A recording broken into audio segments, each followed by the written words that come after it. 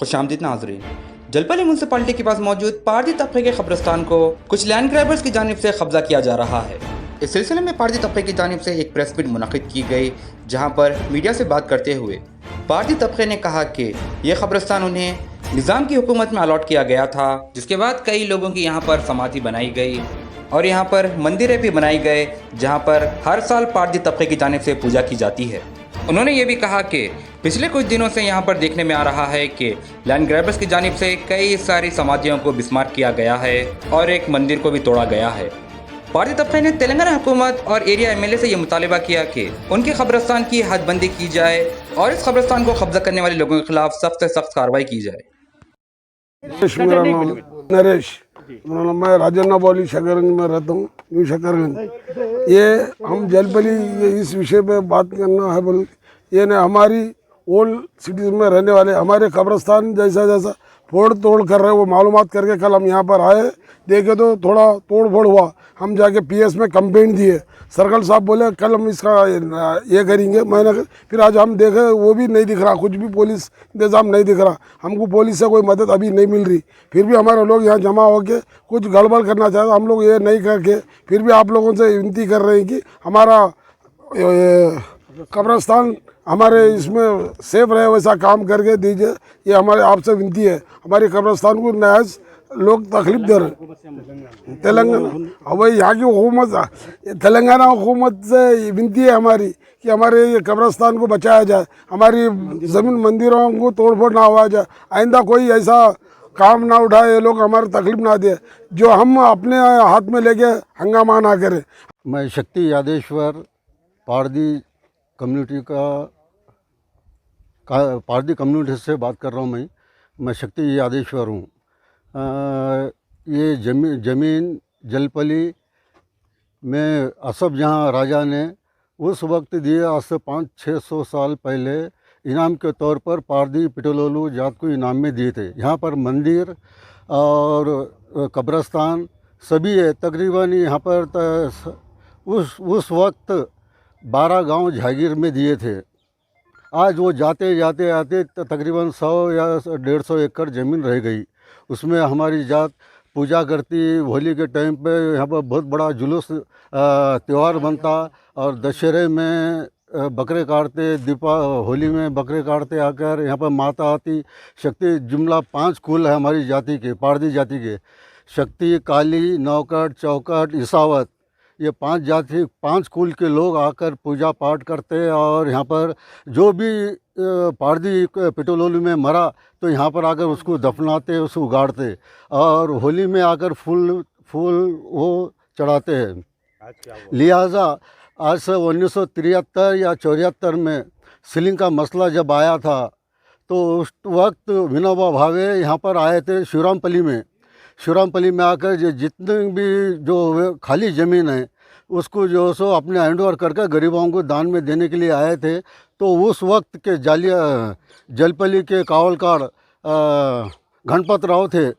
तो गणपत राव ने जो सो कुछ हमारे लोगों के सामने कहा कि भाई तुम्हारी ज़मीन फ्री में चले जाती, लिहाजा आप अपने नाम से करा लो, आपके जाति के बड़े लोगों को बुलाओ, उसके नाम से करवा देंगे ताकि ट्रस्ट में तुम्हारी पारदी जाति का नाम रहे बोलकर।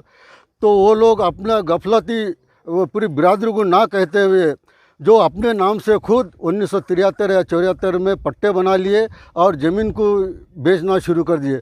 लिहाजा अब तेलंगाना सरकार से हमारी रिक्वेस्ट है कि आप इसके ऊपर गौर करें और उसका सही तरीके से उसका उल्लंघन उसका मायना कर पारदी कम्युनिटी की शान में रखें, ताकि हम लोग पहले चित्तौड़गढ़ के रहने वाले थे, राजस्थान चित्तौड़गढ़ के रहने वाले थे। उस वक्त वहाँ पर जंग जब राजा और बादशाहों में झगड़ा हुआ तो हमारी जात बिलो होकर पहाड़ों में इसमें आकर रहना शुरू करी।